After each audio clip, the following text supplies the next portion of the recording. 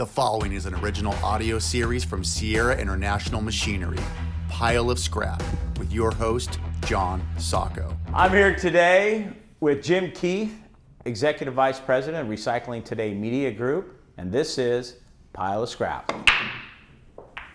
Nice break. Looks like Here you're we Stripes.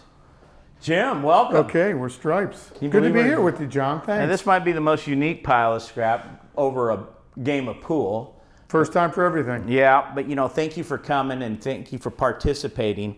And by the way, you're Stripes, so you get to go. So, Jim, how many years you been doing this at Recycling Day? Because we've known each other, it seems like forever, since we both got into the industry. So how many years? I mean, it's over 30 years, just about 31 years with GIE Media, the parent company of Recycling Today. How many years has Sierra been on the back cover of your magazine? Because I remember when it came up, we're like, oh, we finally get it. I tell people this, yeah, it happened. It happened after I was there for a couple of years, so I'm going to say it's like 28 years. So it's unbelievable. Sierra's been on the back cover of Recycling Today, 12 issues a year for 27 years. You realize your magazine is the only print ad we do at Sierra? I know. Well, all right, you're Stripes. It's because we help sell machines for you. Well, you help advocate for the industry. So, Jim, ultimately, as a publisher of content for the recycling industry, and you're out there and you're creating, tell us the evolution from the first time the magazine really that you were involved to what you're doing today. Where's the change when we talk quote unquote recycling industry? For the recycling industry or? Recycling industry. Oh my gosh. I think probably the biggest change is the evolution of the application of equipment and technology. When I first started, much of the equipment was modified from other industries. It came from bulk materials, coal or mining or the lumber. Construction. The old excavator was the first introduction. Remember the cable cranes? That was cable cranes were. So it's been a big change in the evolution of equipment and technology. And the other thing that's changed is, along with that and part of what drove that is recyclers like you at Sierra Recycling are trying to do a deeper, fuller job of recovering everything that can be recovered out of the material stream that comes into their plant. The recycling industry, we've been doing, the industry that I'm involved with at Sierra, we do iron, we do copper, stainless, aluminum, and paper. And you know how to play. Nobody calls gold waste, right? No one would. But why do people want to lump in these commodities that we're processing that is the raw materials for all these consumers, for the steel industry, the aluminum industry? In this room, these windows, these are all framed aluminum. All the electrical, copper, 30% of the copper that goes into any of this is from recycled. Yep. And all the steel, our cars, and whatever. How did the narrative get so perverted to where it's waste? It is perverted, and I think it's so many people in the modern world are just disconnected from where things really come from. They don't understand that these window frames are aluminum, and that aluminum, if you produce it from raw materials, requires 80 to 90% more energy than if you produce it from recycled content. Right. So the industry figured that out a long time ago and said, we're going to recycle because there's an 80% plus energy savings to us if we recycle more and more aluminum. Aluminum but people don't think about those reduces things. Carbon emissions 95% recycled aluminum over virgin materials is a 95% CO2 emission savings. Part of the green solution. It's amazing. But when you classify these materials, and that's not true of just aluminum. Oh, it's all the commodities. It's true of cardboard. It's true of copper. It's true of steel. Okay, so as you look, you're a publishing group, and you have several magazines that deal with. You have Recycling Today, Construction and Demolition, and quite frankly, Waste Today. Okay, which are dramatically different. But why is the perception still there? How did our industry lose the narrative? It's sort of started so in my opinion, if you go back to the early 90s, you had the situation in New York City with the garbage barge. And that Tom Jeswali. Yeah. How I remember that guy's name, I couldn't tell you. But it created it wasn't It was what paper. created, but it started the advent of post-consumer recycling. And then you have post-consumer recycling, which is people separating stuff, aluminum cans, newspapers, whatnot, from their waste, and they start thinking of it as the same. They see the same truck come by in their mind, the same truck, pick up that material. They think it's waste. They don't think about the bigger part of the recycling Wasn't industry. the garbage bar truly just OCC? Was it not? No, it was. Oh, was it a mixture? MSW. Okay, it was all MSW. Okay, It was garbage. all right, you're up here. Not much of a shot for me, John. Well, look, you're going to kill me at this. Break this up here a little bit. So because of that garbage barge, There you go. I helped you along. Because of the garbage barge, any form of recycling that came out of waste collection, automatically those recyclables got lumped into waste. So I think a lot of consumers put the two together, waste management and recycling. It was all waste, right? Right. But again, what that's missing is the far greater part of the recycling industry, which is the industrial side of recycling. Well, industrial recycling, in recycling of metals, all metals, iron, copper, aluminum, stainless, and paper, is over 96% of the total volume of everything Exactly. recycled in this country. But people think what they're putting out on the curbside is the volume, but it's not. Well, California just came down with legislation signed by the governor, and it's the EPR, Extended producer responsibility. And it started with plastic, but they said, well, if it goes into the blue bin and it's metal or paper, it's waste. No. And well, that's dramatic for our industry because it makes everything we do waste, and everything we do isn't waste. And you can't call recycled copper waste when it trades on the COMEX, right? Exactly. The Chicago Mercantile Exchange. Or the London Metal Exchange, the LME even for globally. Okay, so here's the problem. How do we change this narrative? How do we get out from behind this? I think we have to share. You're an editor. You're publishing stuff. How does this get changed? How do we change this? We have to share with people the fact that there's a lot of recycling done that is not that post-consumer side, and so you have to begin to understand that it's not waste. I shared a story with you earlier. If you Waste isn't traded on the exactly on any exchange. on any exchange, Right. anywhere. It's buried, right? It's garbage, burned, it's something, but you don't do that with recyclables. I shared the story with you earlier. If we think about, you're in California, the settlers who moved across the country, settling the United States, right? Right. If their horses threw a shoe, it didn't become waste. They didn't just discard it and leave it behind or bury it. They recovered that horseshoe, and they kept it when they could trade it in with a blacksmith or with a trader to get credit for new horseshoes. Right? It had value. We knew this from the beginning. I mentioned to you earlier, there are biblical passages that talk about pounding swords into plowshares, right? That's an original form of recycling right there. Mankind understood there were certain materials that had value and you wanted to preserve them. So again, that's what industrial recycling is about. The materials handled in our industry, we know have value. Obviously, because that's how we make money. We're a for-profit recycling industry. And we make money trading our materials. And, when people think of recycling, we go back to the recycle bin, the blue bin, whatever bin there is across this country of ours. The last thing they ever think about is that their car is made mostly from recycled materials. Yep. Your aluminum wheels, where's that coming from? That's recycled aluminum. The copper, 30% of the copper, and there's 180 pounds of copper, I think it is, in every automobile, right? 30% of that's recycled copper. And the steel, well, that's predominantly recycled. Or if they got aluminum transmission casing, Absolutely. where's that coming from? It's coming from the foundries that the Toyotas of the world have and other car manufacturers have. But nobody ever thinks about All that. recycled content.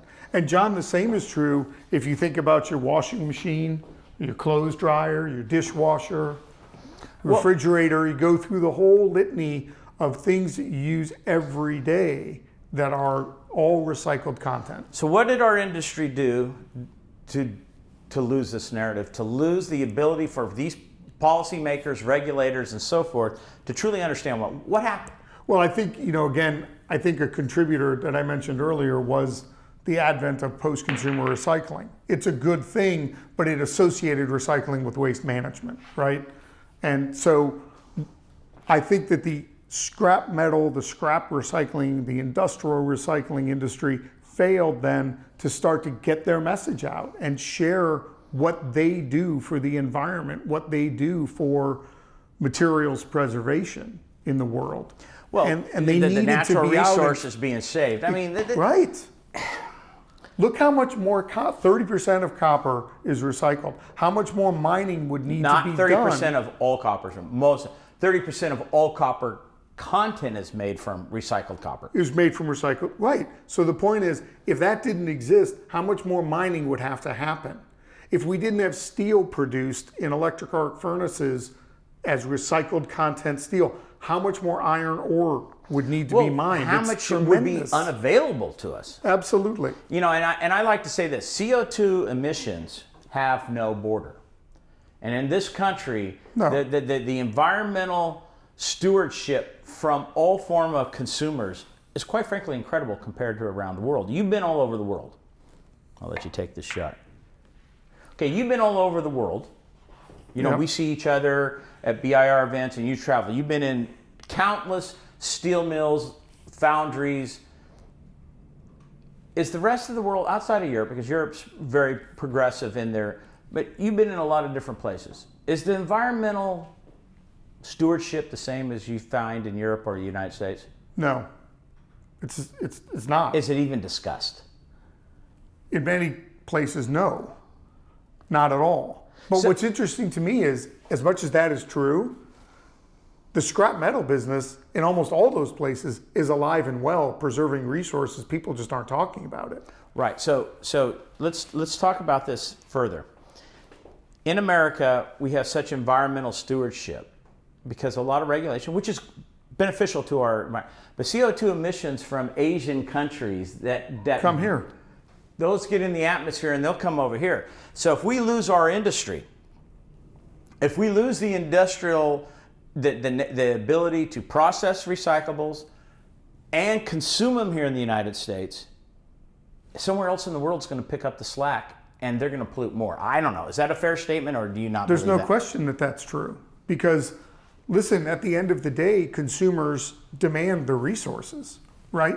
They want all the appliances I talked about earlier. They want automobiles. They want windows with aluminum frames. Well, all of those materials have to be made somewhere.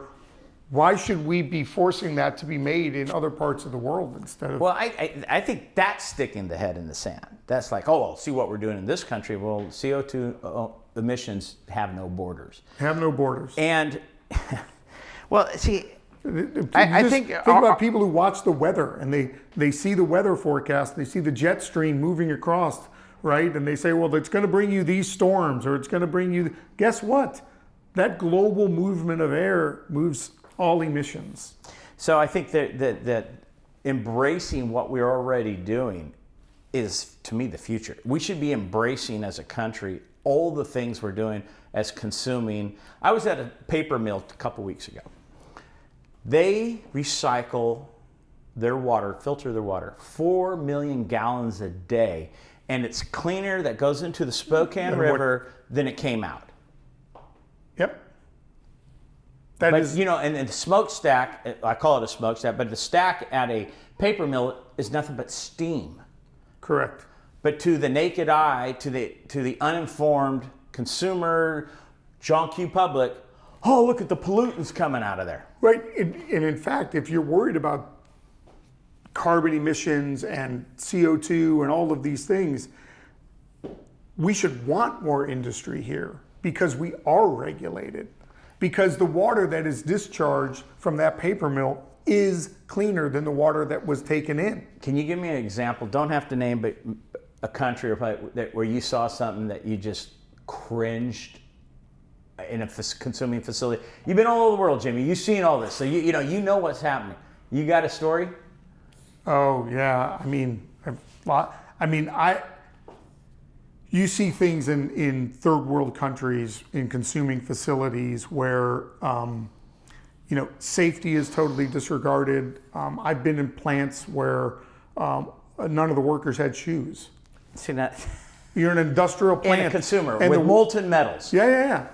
And I've been in other places where, literally you see wire that has to be run to keep the machinery working, but they just sledgehammered through the cement and bent up the rebar that was inside the reinforcing metal inside there.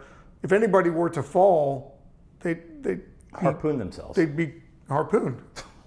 And that's their working condition. They're going by it every day as if it's just nothing. I think that's like sweeping it under the rug. I'll let somebody else do it. Right. You compare that to a paper mill, a steel mill, or copper smelter, aluminum in Europe, in North America. You're not going to find that kind of thing at all, ever, right? And great pains taken to clean any of the emissions that they do create, right? So you mentioned the stack. They're scrubbing it. They're making sure they pull out the pollutants. So it truly is steam, vaporized water going up. It's not, you don't have that in other countries because the regulation just doesn't exist to create an environment where manufacturers would do that. I can't imagine. I've been all over the world doing other things. It's your shot, by the way, buddy. I know you've seen some things, and we've all seen things, but when you come to this country and you see the great pains that our industry is doing for stormwater, to see what our industry is doing for baghouse emissions control, but it just keeps piling on. It's like it's never good enough. It's just never enough to where, it sounds political, but it's not, but you can't, EPA and PCBs, it's 50 parts per million. That is acceptable levels in water, okay? They're wanting to change it to 1 part per quadrillion. Our blood in our bodies, if you were to take it out, spin it, and find, is greater than that. It's an unrealistic, unrealizable goal to be able to get certain emissions and stuff down to such levels. Yeah, at the end of the day, as a society, we need to strive to create as little pollution as we can, right? But we have to learn how to balance that with the life that we also want.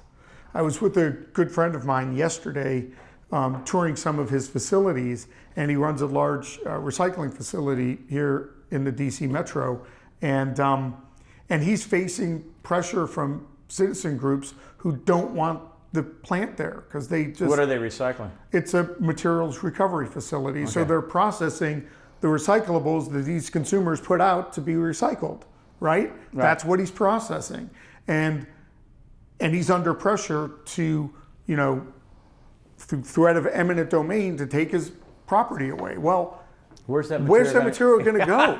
That's what I was going to say. Where's it going to go? Where do you, as a consumer, if you are going to consume these things and you're going to discharge it at the end of your usage, where do you expect it to go? And how do you expect it to go there?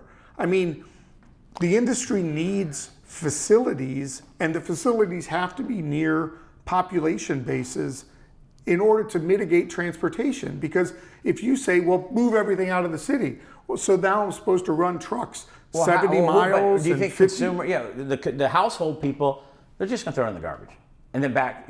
Okay. So, see, this is the craziness, and I think it's a lack of understanding of when we recycle, what is recycling?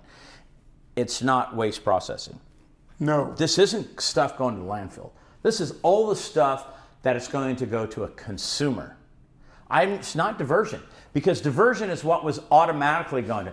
Look, I'm going to tell you, at GM, Ford, our big automakers, all the recycled iron that is the residuals from their manufacturing plants was never destined for a landfill. Never. It was destined to go back to some. Look, Deere has their own foundries to use recycled iron to make farm equipment. Okay, let's eliminate that. How are we going to harvest our food if we don't have the foundries to build the equipment and think to about, harvest our food? Most people don't realize this. You and I are involved in the trade association, ISRI, and ISRI has specifications. Institute of Scrap Recycling Industries. Institute of Scrap Recycling. People don't know our. But they have the scrap material specifications. So what a scrap dealer recycler is doing is they're actually manufacturing a specification raw material to be used in manufacturing, right?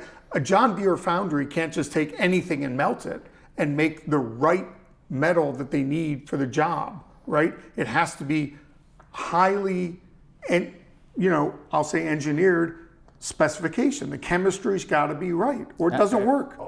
And the same thing is true of paper.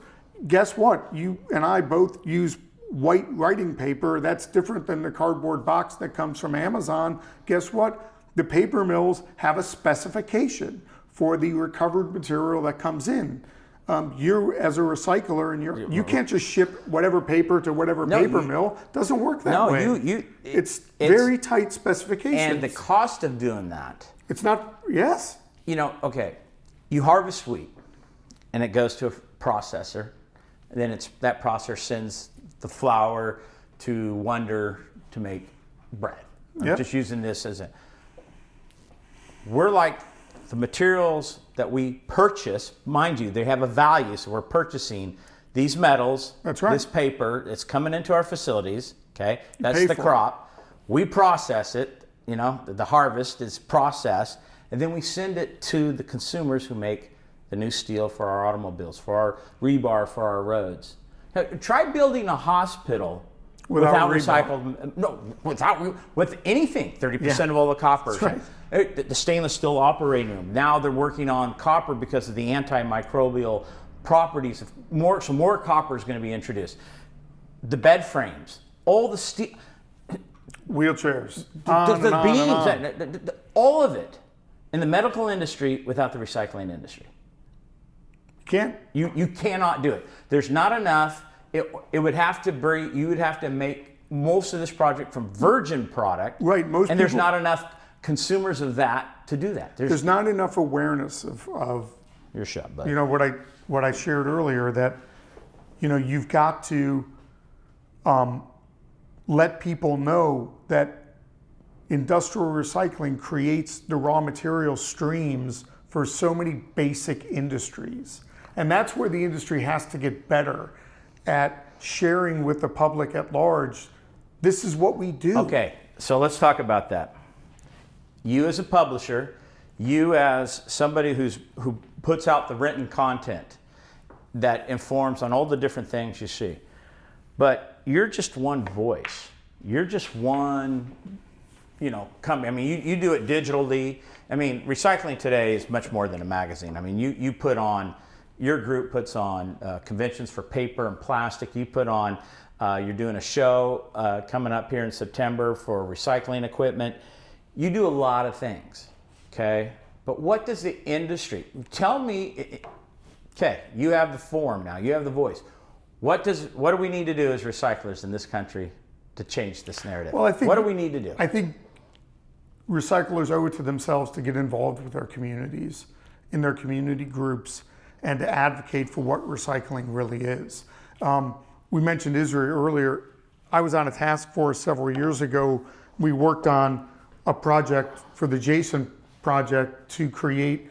I had the kids who won it this year on our podcast. So we created a bunch of curriculum for schools to teach about recycling. How many recyclers have gone to their local schools and said, guys, you want to teach STEM? Here is curriculum developed that teaches about recycling, right? So that's a tool that's available to every recycler that they could take into their community and share to help teach about recycling. How many have done that? Not many. Not many. Some have done it really well, but very few. The industry's got to get engaged in telling this story. Pull their head out of the sand, man. Yeah. I mean, it's one thing, yes, invite legislators and regulators into your facilities, tour them through, share with them what you do that in your plants. But go a step further. Get involved in the community in outreach ways that help to educate about what you're doing. So one of the things is how we communicate. There's the input, how many tons, how many dollars, how many jobs. That's an input. But the true output is what has been missing from our communication with communities, that with what we're doing, you get to drive that car. With what we're doing, you get that toaster, you get that refrigerator. With what we're doing, you can turn lights on, you can go to a hospital, you can drive down a road. You know, all the rebar in the road, rebar is 100% recycled iron. We're not very good at this right now. Maybe we need to concentrate a little bit more. I'm not very good at this today. So Jamie. But some of those lessons are even pulled out in the Jason curriculum. So people could use that curriculum. How many recyclers are there in America? To develop talking points. How many recyclers are there in America, would you guess? Yeah, I mean, industrial, commercial recyclers, you know, there's on the order of 7,000 to 10,000. Okay, can you imagine 7,000 to 10,000 voices every day communicating on a daily basis what we do? But why won't they do it? Tremendous. Is it, what is it? Is it, But are people scared? It's even beyond that. You think about the demolition industry, right? You run a demolition company, you talk about the value. Yeah, I call us urban recyclers. Right. No demolition company would go into a job and tear down a building and throw away all the scrap metal that came out of it. I made one. There we go. Well, no, and see, nobody would do that. But, you know, we need to tell that story of what the industry has to offer. Look, Sierra's, we're out there every day, okay? You know this. I have this podcast, our social media. I mean, we're putting out a tremendous amount of content about the industry. But I honestly feel that we're alone. There's a few people doing it, but I just feel like we're almost preaching to thin air, to a wall. There's nobody there to listen.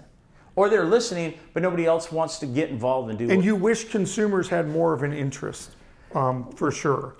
But why do they have a lack of interest? Society today is instant gratification. We want everything right now. We don't want to know where it came from. Or consumer industry, how many billions of dollars? If we lumped all steel manufacturing in this country, copper and aluminum and paper, how many billions of dollars annuals of revenue is there? I've never seen a pizza box commercial. I'm the only one putting out a pizza box commercial, Sierra, that you can recycle it. Yeah, you don't make pizza boxes. I don't make pizza boxes. But is there not a moral responsibility from the Papa John's, the Domino's, the Pizza Huts, to one time get out there and say, hey, everybody, when you finish enjoying our pizza, recycle your box. Recycle your box. And for all you people in the municipalities that aren't recycling it or aren't accepting it, accept it because it is a good source of fiber, well, not fiber, but paper for our paper mills. Why aren't they doing that? Why is it the steel industry with billions and billions and billions of dollars revenue talking about how their industry helps build America? The infrastructure that has anything steel made out of it has to come from the U.S. steel industry. And they're not. Have you seen a commercial like that? They don't tell the story. Why? Why is there no story being told? What in your opinion, and you meet with these people, you see these people. I wish I knew. Everyone's focused on their own industry instead of the societal obligation that they might have. And is it? And there is a difference in this regard with Europe. When you look at Western Europe, not only citizens but corporations feel more of an obligation to be responsible for the end of life. What happens to this end of life thing that I'm using? Again, whether it's an appliance or whether it's a... Is that because Europe, quite frankly, has no space to put it? People say that, but that's not true. Okay, fair You've enough. never been to That's a Europe. perception. Europe has lots of land. Last I checked, they just don't allow everything to be discarded at the end of life. Yet America has vast amount of land, and people think, just bury it over Right. there. And I say they don't allow, I don't mean that only from a regulatory perspective, I mean it from a mentality perspective. Companies and individuals think differently. Okay, so let's talk about people and cultures.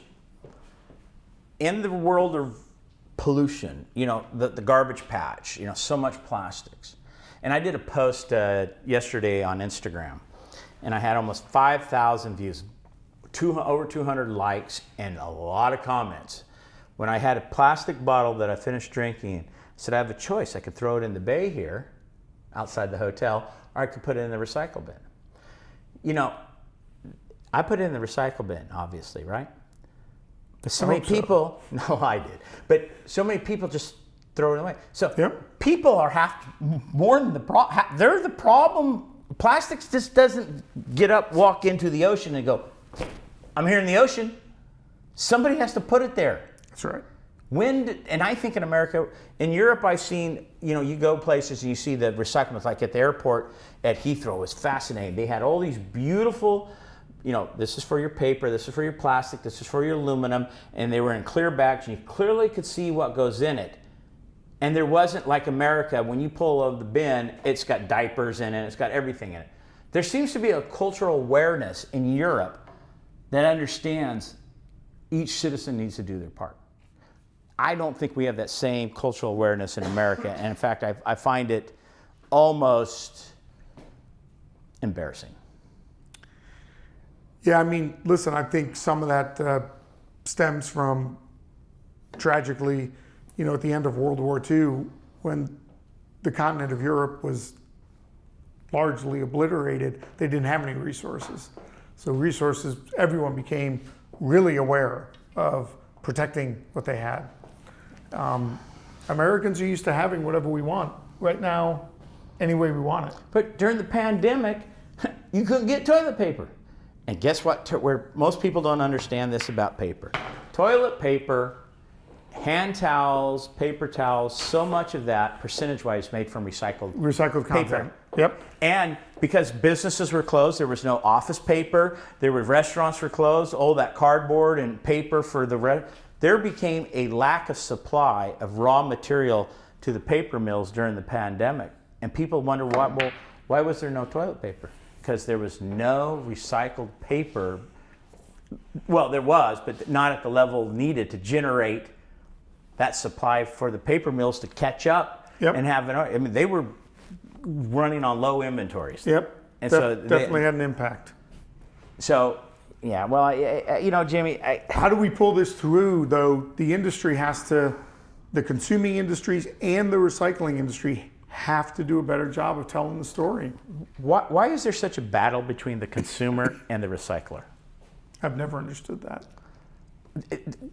You can't have one without the other. Exactly. Yet there's such animosity at times. Yeah, there is. It can be an adversarial relationship. It is an adversarial relationship because I don't know why. Because one does not exist without the other.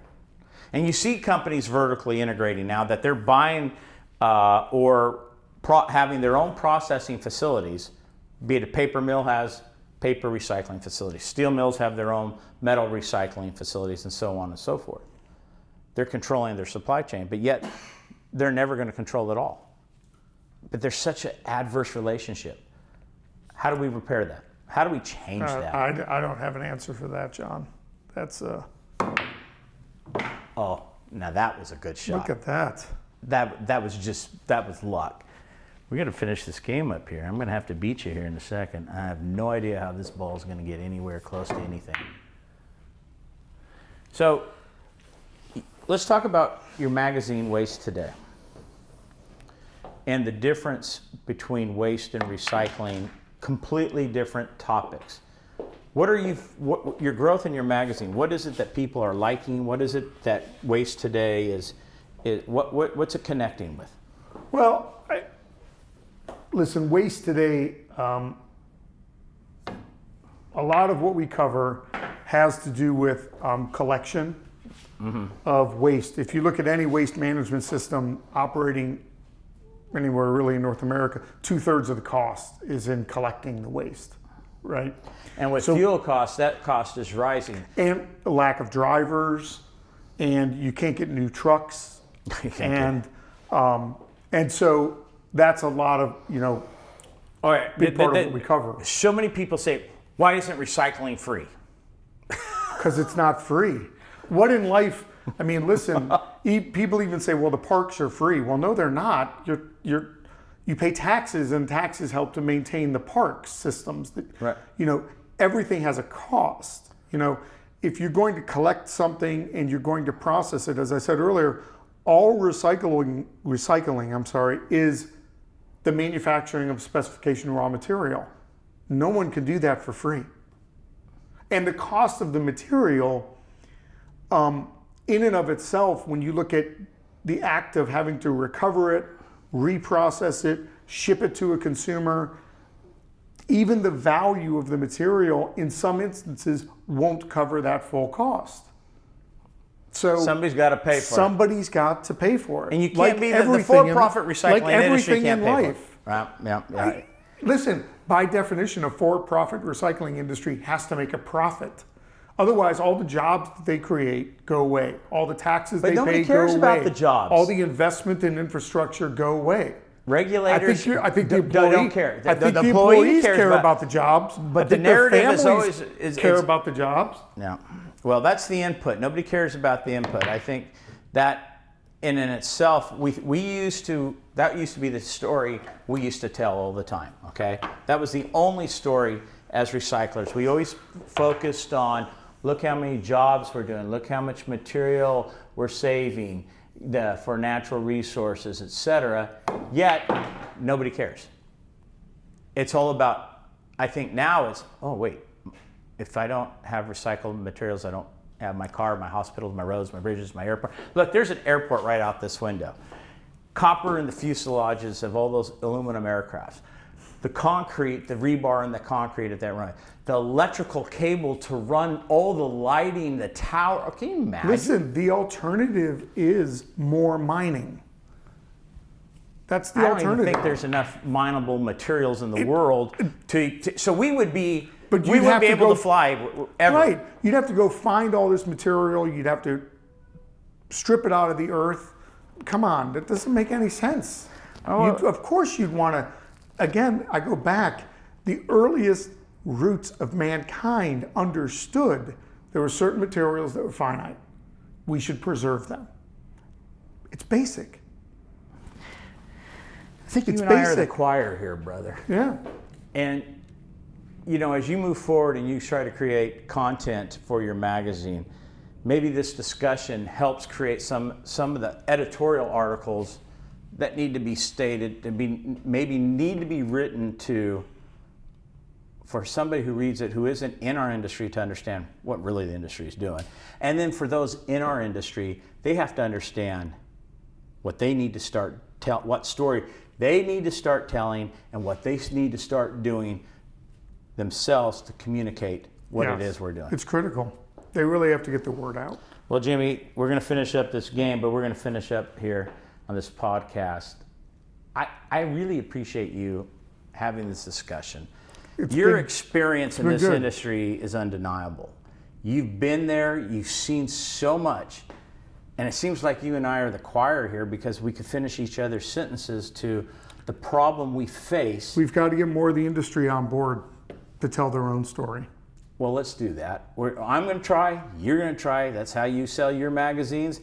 That's how we've branded us. And as a recycling advocate, let's face it, it's paramount to the future. No recycling industry, there's no Recycling Today magazine. Exactly. A strong, healthy, vibrant. Right. There's no Sierra, there's no Recycling Today. It's not good. But a vibrant industry, we exist, and we're going to be back here to have another game of pool and sometime talk about it again. That's right. Thank you for being on, and that's it for another episode of Pile of Scrap. I don't know, you're up.